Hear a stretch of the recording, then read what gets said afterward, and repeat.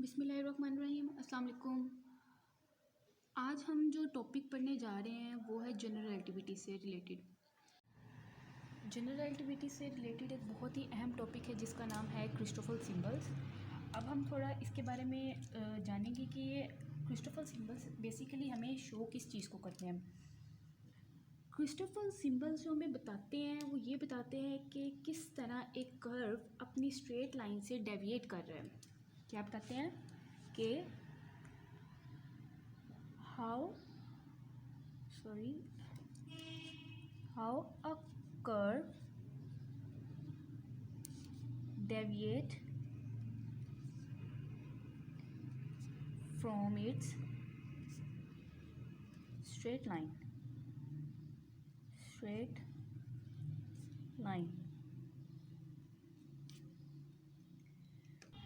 दूसरी चीज़ जो है वो ये है कि जो ये क्रिस्टोफर सिंबल्स हैं वो क्या करते हैं, ये करते हैं produce curvature of space time का कर्वेचर प्रोड्यूस करते हैं। ठीक है, अब इसका हम ज़रा बेसिकली फॉर्मूला देख लेते हैं कि फॉर्मूला क्या होता है। क्रिस्टोफर सिंबल को हम इस नोटेशन से शो करते हैं। यहाँ कोई भी रैंडमली सिंबल्स लिख लेते हैं, ऊपर ए, नीचे बी और सी। अब इसका फॉर्मूला याद करने का एक बहुत जो बेसिक ट्रिक है वो यही है कि 1/2 यहाँ जी लिखा, यहाँ जी और जी हम बेसिकली एक मैट्रिक्स को शो कराने के लिए एक सिंबल यूज़ करते हैं, एज ए नोटेशन यूज़ करते हैं। अब जो ये ए है ना, ऊपर ए, उसको हम जी के ऊपर लिखते हैं। यहाँ यहाँ इसको छोड़ देते हैं। नेक्स्ट चीज़ जो है उसमें बी नीचे है, पहले में बी लिखते हैं और यहाँ लिख देते हैं सी और इसको ऐसे छोड़ देते हैं। बी के साथ एक और सिंबल इंट्रोड्यूस करवाएंगे हम और साथ हम कोमा डाल के सी लिख देंगे, ये वाला। ये कोमे के बाद सी जो है वो डेरिवेटिव को शो कर रहा है कि हम किसके रिस्पेक्ट डेरिवेटिव लेंगे। बी के साथ जो भी हम सिंबल यूज़ करेंगे उसका डेरिवेटिव लेंगे विद रिस्पेक्ट टू सी। अब सेम इसी तरह नेक्स्ट में हम यहाँ ऐड का साइन लगाएंगे और यहाँ सी लिख रहे हैं ना, तो सी के साथ हम लोग एक और सिंबल जो यहाँ हम जिसे हम कहते हैं डमी इंडेक्स, वो यूज़ करेंगे और कोमा बी है। अब थर्ड वाले में हम दोनों को यूज़ करेंगे साथ, बी एंड सी, कोमा और साथ डमी इंडेक्स। जब हम इन दोनों को यूज़ करेंगे तो यहाँ हमारे पास साइन नेगेटिव आ जाएगा। अब डमी इंडेक्स देखते हैं क्या यूज़ करते हैं। हम डमी इंडेक्स यूज़ कर लेते हैं म्यू। फॉर एग्जांपल यहाँ एक हम लोगों ने डमी इंडेक्स इंट्रोड्यूस करवाया, एक यहाँ करवाया, एक यहाँ करवाया और विद रिस्पेक्ट टू ये। तो ये हमारे पास क्रिस्टोफर सिंबल का फॉर्मूला जनरेट हो गया। क्या है बेसिकली, ये हम लोगों ने साइन लिया ए, बी एंड सी, 1/2 लगाना है, जी लगाना है, ऊपर वाला जो सिंबल है वो हम लोगों ने यहाँ लिखना है ए, साथ हम लोगों ने डमी इंडेक्स लिख देना है म्यू।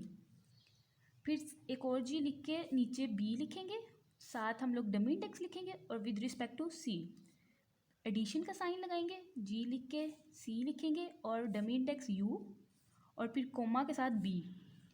फिर नेगेटिव लगाएंगे जब इन दोनों को इकट्ठा लिखेंगे, B and C, comma mu, ये डमी इंडेक्स है।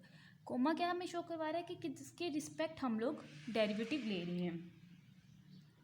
अब नेक्स्ट चीज़ जो है, अगर हम लोग इसको इस तरह लिख दें कि ए म्यू, जी को बी और सी के साथ हम लिख देते हैं, यहाँ नेगेटिव आ जाएगा। यहाँ हम लोग वही चीज़ को, मतलब इस सारी चीज़ को अगर हम लोग रिवर्स में लिखें तो बात तो एक ही आती है। इससे हमें क्या आइडिया हुआ कि ये चीज़ जो है ना, ये किसका फॉर्मूला जनरेट हो जाएगा, ऊपर ए आ रहा है, यहाँ ए लिख देंगे, नीचे हमारे पास क्या आ रहा है सी, पहला सी है और दूसरा बी है ना, तो सी एंड बी। इससे हमें पता लगा कि ये दोनों चीज़ें ए बी सी और ए सी बी, ये जो है ये हमारे पास क्या चीज़ बन गई है, ये बेसिकली हमारे पास सिमेट्रिक फॉर्म बन गई है। तो क्रिस्टोफर सिंबल्स हमारे पास सिमेट्रिक भी है। अब हम एक एग्जांपल देख लेते हैं कि क्रिस्टोफर सिंबल्स कैसे फाइंड आउट किए जाते हैं, कि how to find Christoffel symbols. कोई भी हम रैंडमली मैट्रिक ले लेते हैं, फॉर एग्जांपल पोलर कोऑर्डिनेट का ले लेते हैं 2x2 का मैट्रिक, 2x2 का मैट्रिक ले रहे हैं। वो क्या होता है, इसको मैट्रिक को हम इस तरह शो करेंगे और वो होगा 1 0 0 r²। ये हमारे पास 2x2 का मैट्रिक होगा। अब हम लोग इसमें से एक चीज़ देखते हैं, 2x2 है ना, हमारे पास दो चीज़ें आ रही हैं। पहली चीज़ जो होगी वो शो करेगी r को, और दूसरी चीज़ जो होगी वो शो करेगी थीटा को। पोलर कोऑर्डिनेट्स में ये दो सिंबल्स होते हैं, पहली r को शो करती है और दूसरी थीटा को शो करती है। अब हम लोग के पास फॉर्मूला तो दिया हुआ है। अब हम लोगों ने पॉसिबल क्रिस्टोफर सिंबल्स कैसे फाइंड आउट करने हैं, उसकी एक आसान तरीन मैं आपको बता देती हूँ किस तरह करते हैं। कि हमारे पास ये 0 0 है ना, ये चीज़ें तो हमारे पास, इसको किसी भी इसका किसी के भी रिस्पेक्ट डेरिवेटिव लें 0 0 का, वो आएगा हमारे पास 0 0 ही। ये चीज़ें जो होती हैं ना, ये हमारे पास आ जाएगी G11 G11 G12 G22 sorry G21 G21 और G22। ठीक है, ये चीज़ें आ गई हमारे पास। अब हम लोगों ने देखना है कि ये G11 है, मतलब G1 है, उसको किसके रिस्पेक्ट हम लोगों ने डेरिवेट करना है, 1 के रिस्पेक्ट। अगर हम G11 को 1 के रिस्पेक्ट डेरिवेट करें, 1 हमारे पास क्या था r के रिस्पेक्ट इसका डेरिवेटिव लें तो हमारे पास क्या आ जाएगा 0 0 है हमारे पास। इसका 2 के रिस्पेक्ट डेरिवेटिव लें थीटा के, वो भी हमारे पास 0। इसका डेरिवेटिव लें वो भी हमारे पास 0, इसका डेरिवेटिव लें वो भी हमारे पास 0। यहाँ हम लोग लिख देते हैं कि G11 किसको शो कर रहा है 1 को, G12 किसको शो कर रहा है 0 को, G21 किसको शो कर रहा है 0 को, G22 किसको शो कर रहा है r² को। ठीक है, अब नेक्स्ट चीज़ जो हम लोगों ने क्या लिखनी है कि ईच पार्शियल डेरिवेटिव जो होगा ना,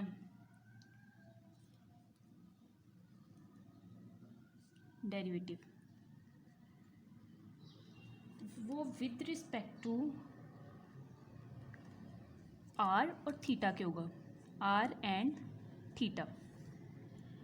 अब जो G22 और G22 जो है, इसका विद रिस्पेक्ट टू अगर हम 2 लें, विद रिस्पेक्ट टू 2 ही लें, मतलब इसका थीटा के रिस्पेक्ट हम लोग डेरिवेटिव लें तो हमारे पास ये आ जाएगा 0। इसका अगर हम लोग G21 का विद रिस्पेक्ट टू 1 डेरिवेटिव लें r के, वो भी 0। इसका 2 का विद रिस्पेक्ट टू 1 लें बस, तो हमारे पास कोई आंसर जनरेट हो सकता है जो कि 1 हमारे पास होगा, वो नॉन ज़ीरो होगा।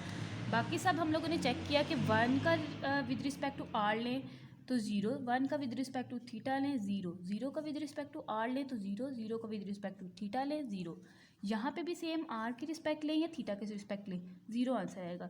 जब हम G22 का विद रिस्पेक्ट टू r लेंगे तो कोई आंसर हमारे पास जनरेट होगा, वो हमारे पास नॉन ज़ीरो आएगा। अदरवाइज़ अगर हम थीटा के रिस्पेक्ट लेते हैं तो वो हमारे पास क्या आएगा, 0 आंसर जनरेट करेगा। तो हम लोग यहाँ लिख देते हैं कि G22 के अगर हम G22 का अगर हम लोग विद रिस्पेक्ट टू 2 लेते हैं, मतलब विद रिस्पेक्ट टू 2 लेते हैं थीटा का, तो वो हमारे पास 0 जनरेट करेगा आंसर। और अगर हम G22 का विद रिस्पेक्ट टू 1 लेते हैं तो वो हमारे पास क्या आएगा, नॉन ज़ीरो।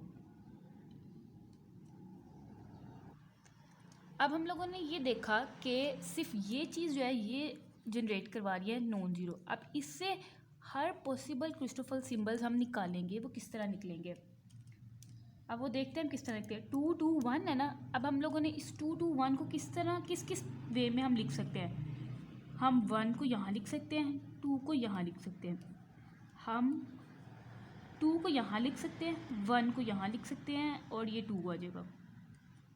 2 को यहाँ लिख सकते हैं और ये यहाँ। ये हम लोग 3 वेज़ में इसके क्रिस्टोफर सिंबल्स फाइंड आउट कर सकते हैं।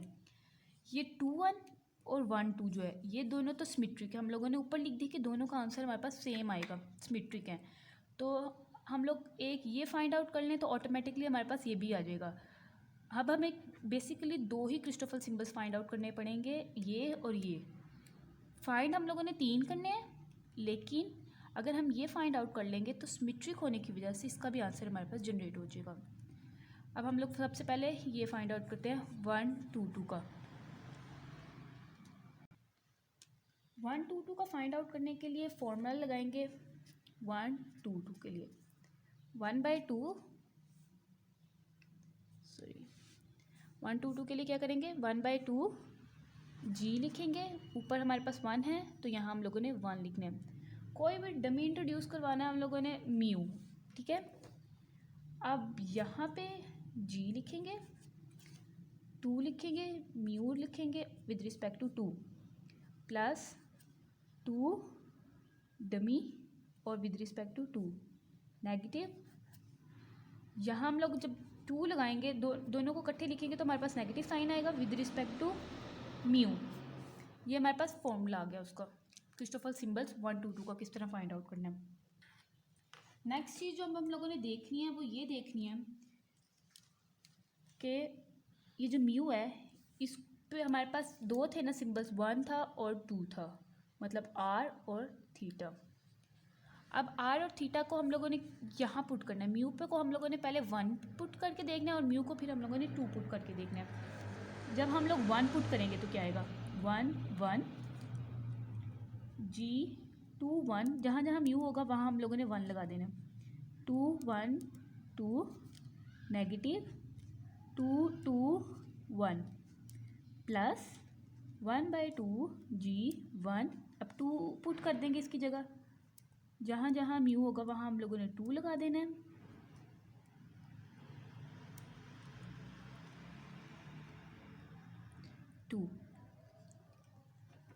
अब नेक्स्ट देखते हैं कि कौन कौन से नेगेटिव है और कौन कौन से नॉन नेगेटिव है।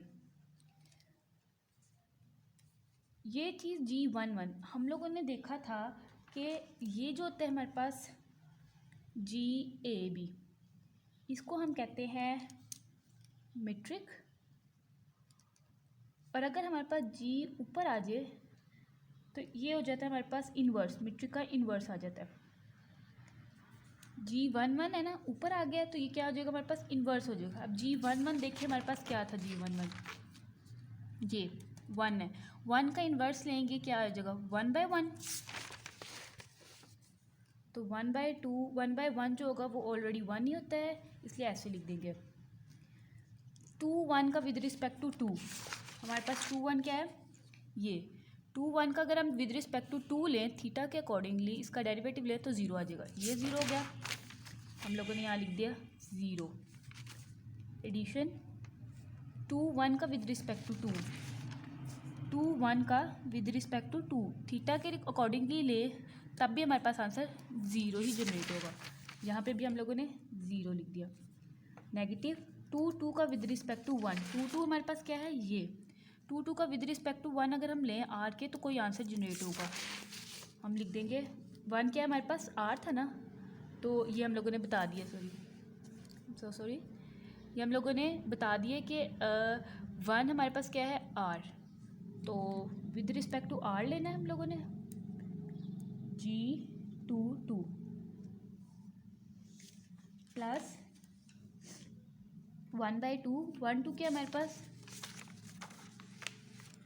1 2 0 है।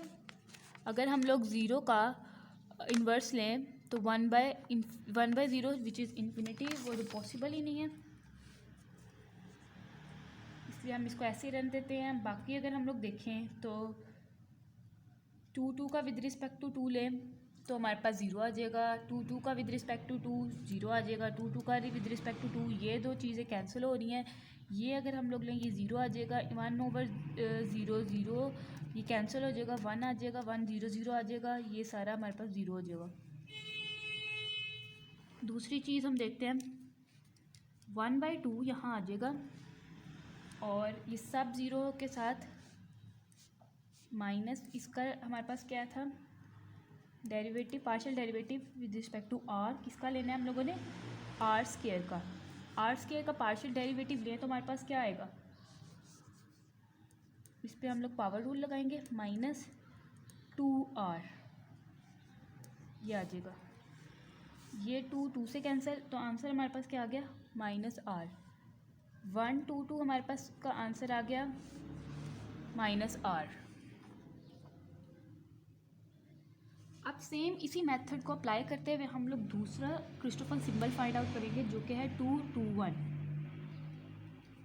1/2 g 2 mu g 2 mu 1 plus 1 mu 2 minus 2 1 mu. 1 पहले हम लोगों ने पुट करना है, फिर 2 पुट करना है। 1/2 g 2 1 g 2 1 1 plus g 1 1 2 minus g 2 1 1 plus 1/2 g 2 2 g 2 2 1 plus g 1 2 2 minus g 2 1 2। अब इसको हम लोगों ने क्या करना है, चेक करना है कि कौन सा 0 है, कौन सा नॉन 0 है।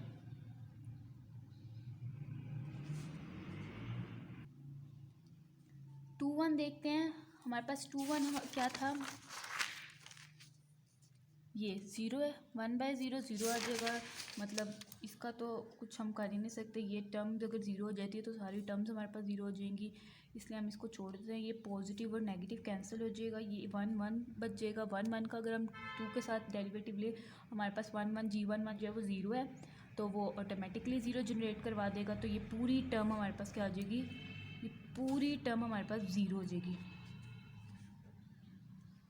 इसको हम लोगों ने लिख दिया 0 प्लस 1/2 g 2 2 हमारे पास क्या था, आर स्क्वायर। इन्वर्स लेंगे तो ये आ जाएगा 1/r²। g 2 2 का विद रिस्पेक्ट टू 1 अगर हम डेरिवेटिव लेते हैं तो क्या आर स्क्वायर का डेरिवेटिव क्या था, 2r प्लस 1 2 का विद रिस्पेक्ट टू 2 लें तो क्या आएगा 0, और माइनस 2 1 का विद रिस्पेक्ट टू लें 0। तो हमारे पास बेसिकली बचा क्या है, 1/2 1/r² और 2r।